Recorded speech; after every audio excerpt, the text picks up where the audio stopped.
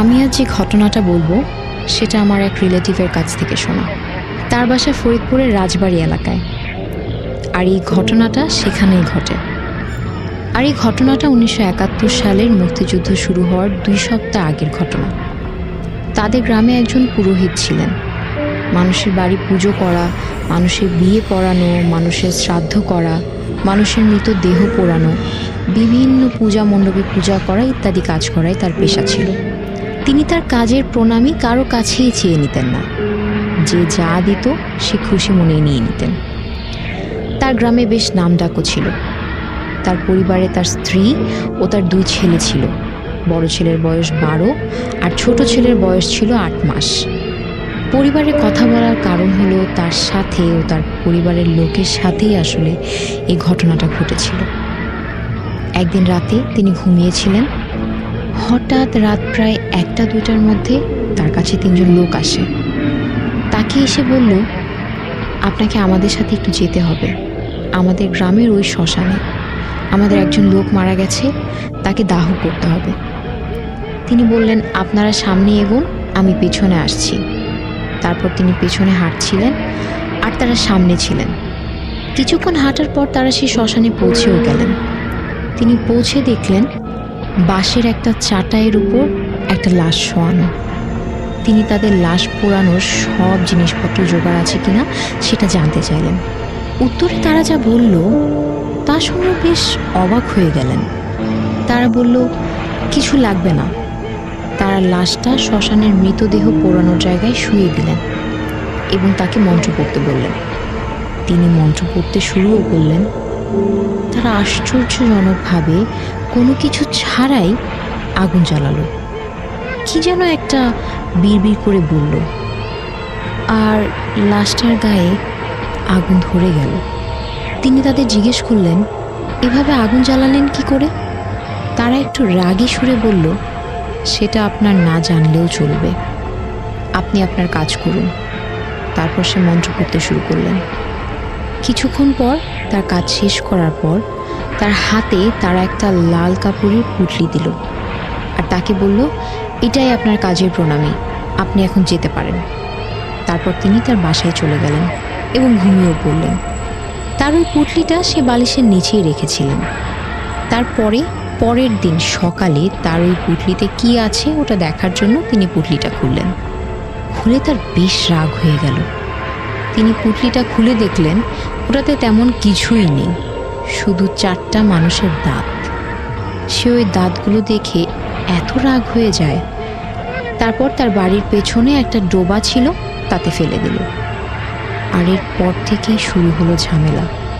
প্রতিদিন রাতে তার বাড়ির পাশে ডোবার পানিতে অনেক শব্দ হতো। এমন মনে হতো যে পানির মধ্যে ঝড় উঠে আসছে। তার আশেপাশের প্রতিবেশীরা তাকে বলতো, কি ব্যাপার পুরোহিত মশাই, আপনার বাড়ির পাশে ডোবায় কি বিদেশি মাগুরের চাষ করছেন নাকি? রাতে এত শব্দ হয় যে। সে উত্তর দিত, কই না তো। পরের দিন আবার একই রকম শব্দ। তখন প্রতিবেশীরা আবারও বলতো, আপনি কি খাওয়ানোর ভয়তে আমাদের বলছেন না? তারপর রাতে সে একটা স্বপ্ন দেখে। স্বপ্নে কেউ তাকে বলছে, তোকে এত মূল্যবান একটা জিনিস দিলাম, তুই সেটা ফেলে দিলি। কাজটা তুই মোটেও ভালো করলি না, তোকে অবশ্যই এর মূল্য দিতে হবে। পরের দিন আবার সেই শব্দ। এবার সে মনে মনে ঠিক করলো, আমি দেখবো এর ভেতর কি আছে। এরপর সে তার মাছ ধরার ছিপটা ফেলতেই দেখে ওই 4টা দাঁতের একটা দাঁত। সে ভয়তে দৌড় দিয়ে ঘরে গিয়ে ঘুমিয়ে পড়ল। আর এবার হলো সমস্যা। হঠাৎ একদিন সকালবেলা থেকে তার বড় ছেলেটাকে আর পাওয়া যাচ্ছিল না। অনেক খোঁজাখুঁজির পরেও তাকে পাওয়া যাচ্ছিল না। পরে তাকে পাওয়া গেল ওই ডোবার ভেতরে মৃত অবস্থায়। তারপর তার স্ত্রী অনেক ভেঙে পড়েন আর পাগলের মতো হয়ে যায়। তার 3 সপ্তাহ পর আবার ঘটল আর একটা দুর্ঘটনা। সে সেবার তার কোনো একটা কাজে তার গ্রাম থেকে 2-3 গ্রাম দূরে যান। তার ফিরতে রাত হয়ে যায়। সে আবার গরম খাবার খেতে বেশ পছন্দ করত, তাই সে বাসায় ফেরার আগেই তার স্ত্রী তার জন্য গরম খাবার সাজিয়ে রাখত। তবে তার বড় ছেলেটা মারা যাওয়ার পরে তার ছোট ছেলেটাকে তার স্ত্রী সবসময় চোখে চোখে রাখত। তাই সে বাসায় আসার পরে তার ছেলেটাকে তার কাছে দিয়ে তারপর তার স্ত্রী খাবার গরম করতে যেত। ঘটনার দিন সেদিন রাত ছিল 10টা। তখনকার সময় রাত 10টা মানে গ্রামে কিন্তু অনেক রাত। ফিরে তিনি দেখলেন তার স্ত্রী তার ছোট ছেলেকে কোলে নিয়ে বিছানায় বসে আছে, আর একটা হাসি দিয়ে বলল, বাকিটাকেও নিয়ে গেলাম। এই বলে সাথে সাথে অদৃশ্য হয়ে গেল। সে দেখল যে তার স্ত্রী আসলে রান্নাঘরে। তার স্ত্রী 2 পুত্রকে হারানোর পর সেই শোক আর সইতে না পেরে 2 সপ্তাহ পর মারা যায়। ওই পুরোহিত এখনও জীবিত আছেন কিনা তা আসলে কেউ জানে না, তবে তার করা একটা ভুলের জন্য তিনি বেশ আফসোস করতেন। পরবর্তীতে সে আর বিবাহ বন্ধনে আবদ্ধ হয়নি। তিনি সন্ন্যাসী হয়ে বিভিন্ন জায়গায় ঘুরে বেড়াতেন। স্বাধীনতার পরেও তার আর কোনো খোঁজ পাওয়া যায়নি। আমি নাইম। আমি সিরাজগঞ্জ জেলার রায়গঞ্জ থানার কয়রা গ্রামে থাকি। আমি যে ঘটনাটি আজকে শেয়ার করছি সেই ঘটনাটি আমার ছোট খালাকে কেন্দ্র করে। 4-5 বছর আগে যমুনা নদীর ভাঙনে আমার খালার বাড়িটি নদী গর্ভে বিলীন হয়ে যায়। তখন থেকে আমার খালা বাসা ভাড়া নিয়ে থাকেন। তেমনি করে পিপুল বাড়িয়াতে একটা বাসা ভাড়া নেন। বাসার মালিক কয়েক বছর যাবৎ ঢাকায় থাকায় বাসাটি অনেকটা পরিত্যক্তই ছিল। ভাড়া কম হওয়ায় খালা বাসাটি ভাড়া নেন। ঘটনার শুরু এখান থেকে। বাসায় ওঠার 7-8 দিন ভালোই কাটলো। তারপর থেকেই প্রতিদিন সকাল 10টায় গেটে কে যেন নক করত, কিন্তু আশ্চর্য কথা, গেট খোলার পর কাউকে দেখা যেত না। এটা তারা অনেকটা স্বাভাবিকভাবেই নিয়েছিলেন, ভেবেছিলেন ছেলেমেয়েরা হয়তো দুষ্টুমি করছে।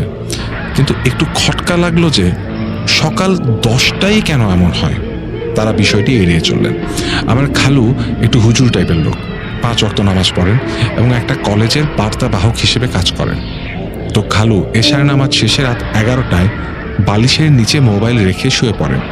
কিন্তু হঠাৎই আমার খালুর বালিশের নিচ থেকে যে কেউ মোবাইল নিয়ে যাচ্ছে তা আমার খালু বুঝতে পারেন। তিনি মাত্র শুয়েছেন, আর চোর আসার তো কোনো সুযোগই নেই।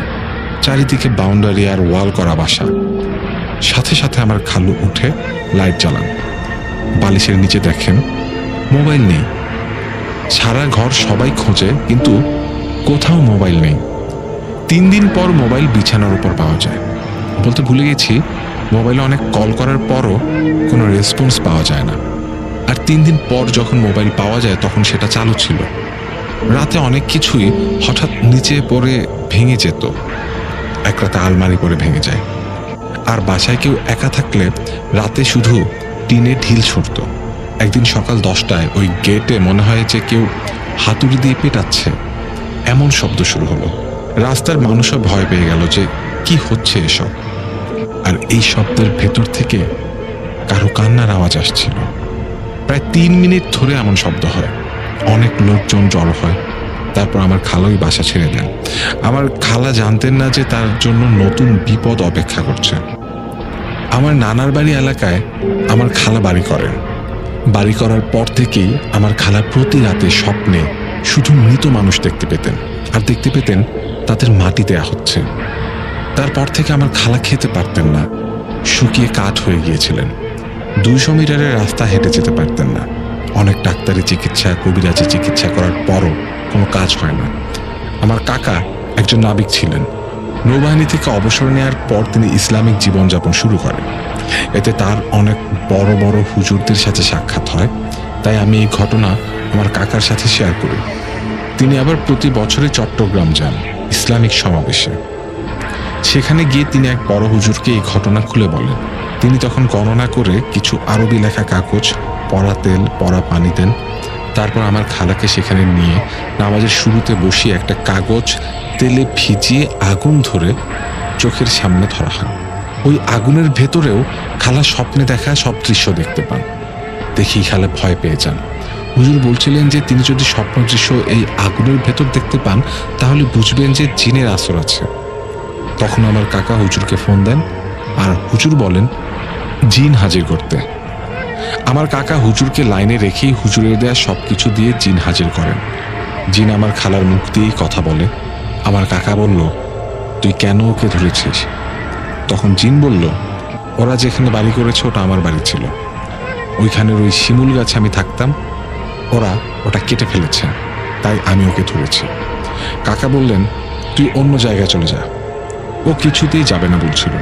কাকা বলল, তুই যা চাস তাই দেব, বল তুই কি চাস? জিন বলল, আমি কিছুই চাই না, আমি ওর চান চাই। আমার কাকা ওকে কিছুতেই মানাতে পারছিলেন না। তখন ফোনের লাইনে থাকা হুজুর কাকাকে বললেন তার দেয়া খালি বোতল বের করতে, আর বললেন পড়া পানি ছিটিয়ে দিতে। পানি ছিটিয়ে দেয়া মাত্র খালা বিভৎস এক চিৎকার দেন আর সেন্সলেস হয়ে যান।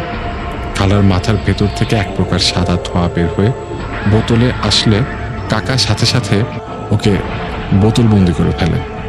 কিছুক্ষণ পর খালার মুখে পানি দেয়া হয়, তখন খালার জ্ঞান ফেরে। সাথে সাথে একটা তাবিজ খালার গলায় পরিয়ে দেওয়া হয়, আর হুজুর বলেন তাবিজ খুললেই তার ক্ষতি হতে পারে। একদিন এক মৃত ব্যক্তিকে দেখার জন্য খালা তাবিজ যেই খুলে হাতে ধরেছে, অমনি খালার হাত টেনে ছিঁড়ে নিয়ে যাওয়ার জন্য চেষ্টা করে কিছু একটা। খালার চিৎকারে আমার খালু আর খালাতো ভাই এগিয়ে আসে। তারা খুব কষ্টে তাবিজ খালার গলায় পরিয়ে দেয়। এরপর আর আমার খালা কখনো তাবিজ খোলে না। তিনি এখন সুস্থ আছেন।